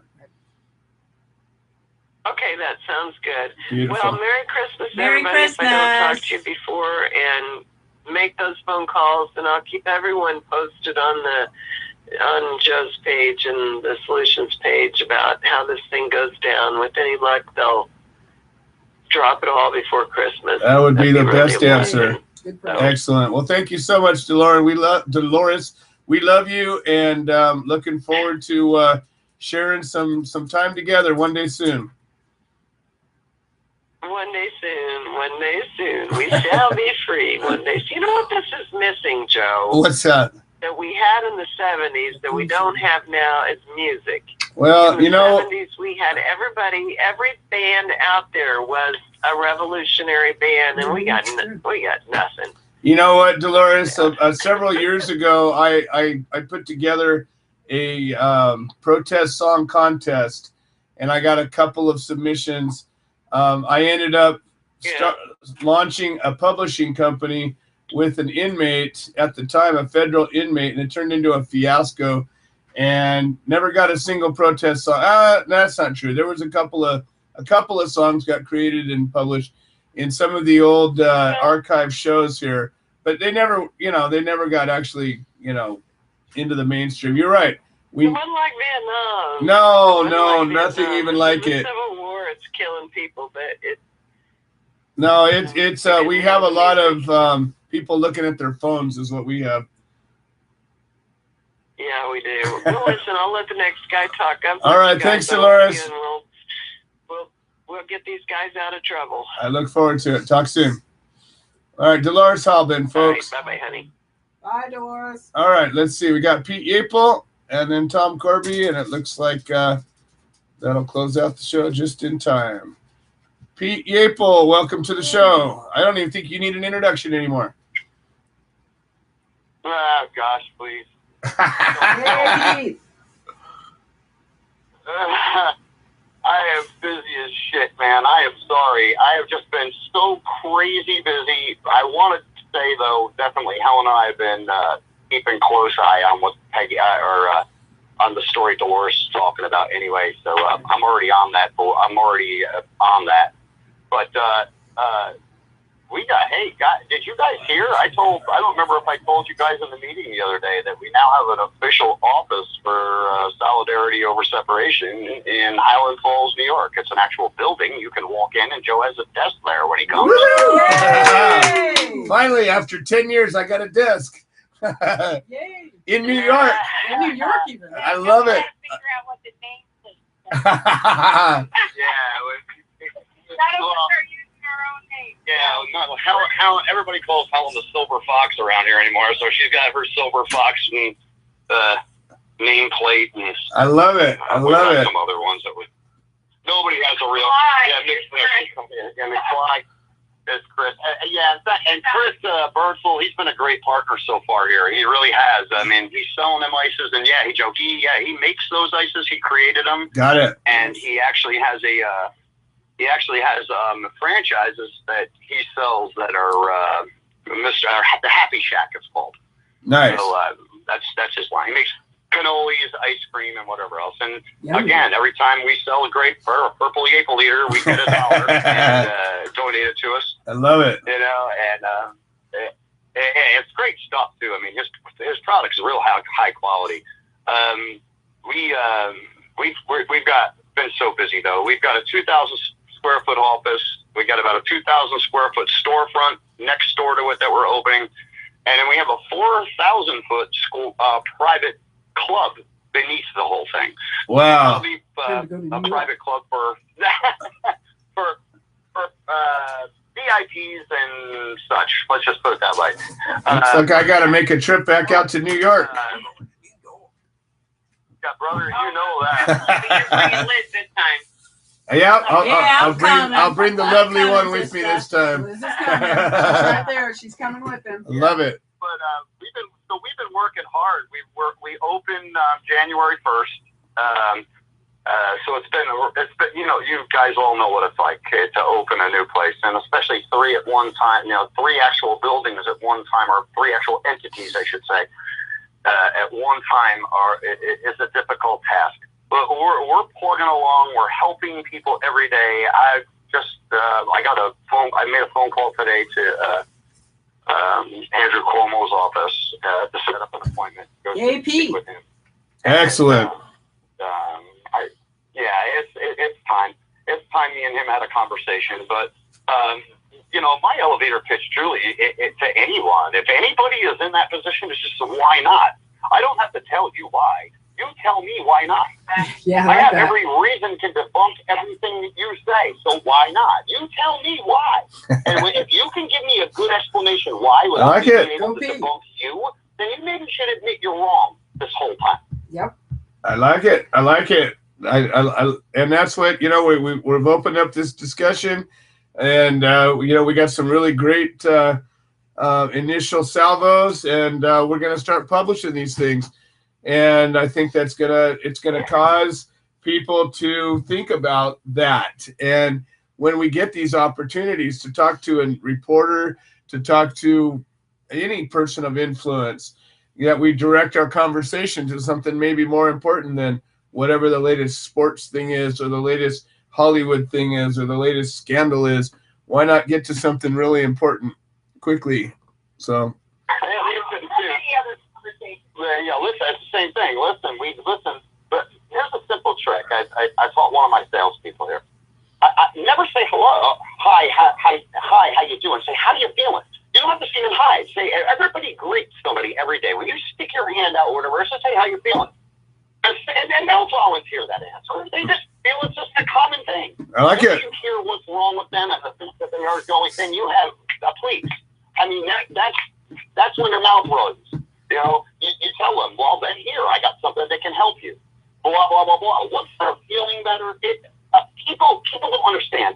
When you see someone who has spent their whole life listening and trusting someone with a white coat with a finger hanging around their neck that sits in front of a computer nowadays, and you keep going back to them, and you keep going back to them.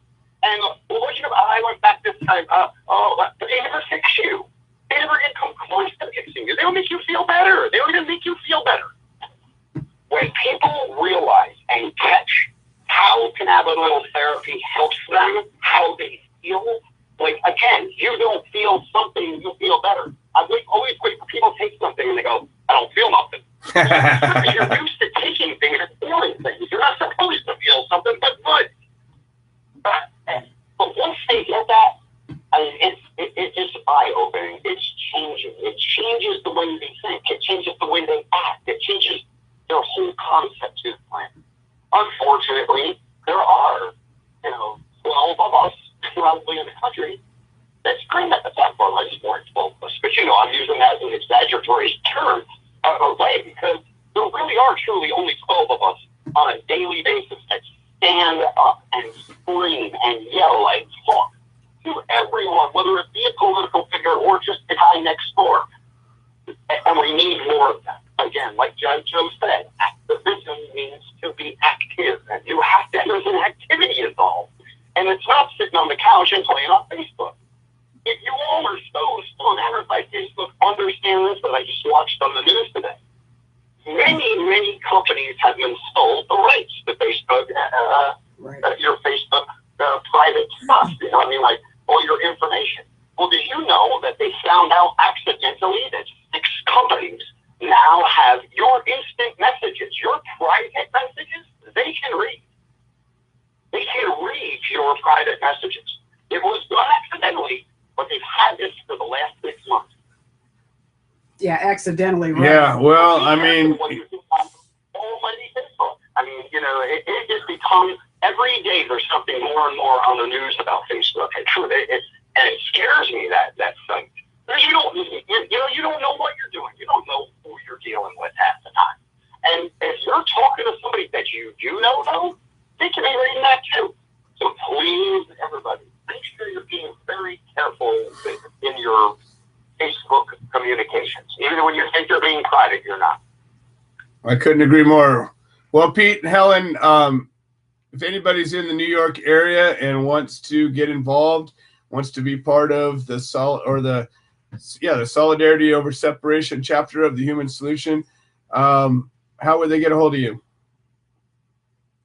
They can look us up, Solidarity Over Separation, the Human Solution International New York chapter on Facebook. They can call us at 845-522-3162. And after January 1st, if you have any human rights issue, of course, we support the plant, but we are, again, a civil rights and human rights organization. You can come to 316 Main Street, Highland Falls, New York. I can't wait. All right, you guys, we got 5 minutes left of the show. Helen, love you. I love it. Well, we love you guys, and it's been an honor to work with you this year, and I'm looking forward to great things for next year. Whoop, whoop. We're only going to get better, Tyler. Listen, it took us 5 years to meet in person. Well, here we are, 5 years later. Yeah, we're gonna. And don't forget, next year, guys. Next year, and especially guys. Lisa's sitting there with you, I saw her on camera and everything else. I'm booking that trip. We're getting married on a cruise on October 20th. We'll be there. It's about time. I want my family there. You guys are my family. I love every one of you. Every one of you. Have a Merry Christmas. Merry Christmas. And Merry Christmas, Liz. I I love you. love you. Woo, wedding. Yay. I love it. We'll be there for sure. Congratulations. All right, you guys. We'll talk soon. We'll talk tomorrow. Always great talking to you guys. Always great. Always Merry great. Christmas And to all of you. yeah, Helen's real excited about this Christmas thing. I just can't wait to go see my grandson. All right. We'll talk to you guys tomorrow. All right, folks. We got a couple of minutes left, and we got Tom Corby to wrap it up, and I'm going to leave you in Lisa's hands for a couple of minutes. I'll be right back. Yep. Hey, Tom, welcome to the show. Go ahead, Tom. I'm listening. Go ahead, Tom. We're here. Am I on? Yep, you're on. It's your time. You got the microphone. Tell us what's going on up in your neck of the woods, Tom. Hey, so I want to thank y'all and always the Coffee Party Radio for Harry, Becca, Lisa, all the great speakers they coming for defining prohibition and free our sacred cannabis plant. Every week, how important it is when we come to the finish. How we make sure to get the discovery. Make sure to come and always Bravo Cloud. I dismiss motion and take them on into a speedy trial. Joe taught me this a long time ago. If more people would take them all the way to trial, we wouldn't be here today. They couldn't do it. Right. When we talk about Dana Bill's case, all the cases they've done, this is probably the most confusing case, and I'm still confused.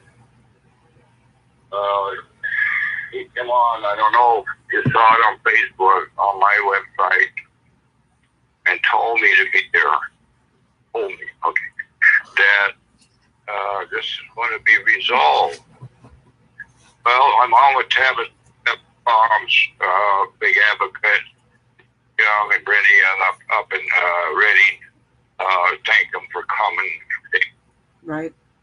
And it was supposed to be at 1:30. today. Now that's overnight. And I'm thinking that I'm still recovering. But Nick and I planned on actually this morning up here at 1:30. And then it comes on after that. It's pretty strange. Now it's at 9 a.m. Well, that's really short and early. And now he's saying, no, it's not a preliminary hearing. It's sentencing. The first question you gotta have, Joe, is, and Tabby has, is how can you 90 if you know with the trial and pass? You made a plea deal, which we didn't know. Oh, you're talking about Dana Beal. Yes. Yeah, Dana called me up the other day and he said he took a plea deal and he was supposed to come on the show today. What was his sentence end up being? Well, and okay, so I'm going to give him this. First of all, we all know that on Prop 15 transportation doesn't apply. So that's a tough road to hoe. Secondly, David Young, along with him right here, you might be listening, pointed out that David is actually from New York City. So this is really grueling for him to try to even get here. So sometimes that we just resolve our case, and all he did is get unsupervised probation, community service, and pays a small fine. Kind of like an infraction, Joe, which is a pretty good deal. Well, that's what he was saying. He was pretty confident. His biggest question was he going to be able to 10 seconds. participate in this ibogaine thing that he was working on? Did that end up affecting him or not? How's that? Ibogaine. Oh, and then when he came here, and I have his notes, if you remember back, he was actually at Dennis Carone's before Dennis passed, R.I.P. And Dennis told him to get a hold of me. He called me, and he came with Rachel Barrett Martin, who's actually a paralegal. And here's another confusing thing. Jay Statzer was actually the defendant. He was driving. Dana Beal is actually the co-defendant. So it gets kind of confusing. So when you see my notes here, you can see all of the case I'm working in. Get to discover probable cause, take him to a speedy trial. I said, well, by the time I looked at this case, I said, Dana, I said, you guys' case is really, really weak here on probable cause and entrapment when I go on and explain more about this case. So this ibogaine, and I agree that he's been fighting for this from the African rainforest on his notes here, is helping people getting off opiates. So he's really into that too. So that kind of comes into his case too. He was in Weaverville, transporting 82 pounds with Jay to Hayford when they got pulled over on a very known highway. So in the first place, I'm going to read here, Dana and Jay driving down Highway 3, which is a known traffic highway in the first place. A little bit of question here. From Weaverville to Camp Hayford, when they were pulled over, I got to know if I got to turn the page here. I haven't got these out for a few months, and I get caught up with them. They noticed two CVs parked on the side of the road. One pulled out and followed them. Not very far. Pulled him over and said he was weaving. Well, yeah. That's pretty weak. And stating that Highway 3 being a known traffic highway, searched without a consent. Compass stated they're 22 pounds, hauled them off to jail for 4 days. Both got out of bond, and 70% each. because they had and so and then I also told him, I said, you got a really good attorney. It looks like he's doing what he's already filed for your discovery. He's going with the 995 probable cause motion. So I pretty much gave him my certification to never go to trial. If you just keep taking him on to trial, which we always have, they never get there. But in this case, due to the fact that case is involved and he lives in New York, I can understand him taking this resolvement too.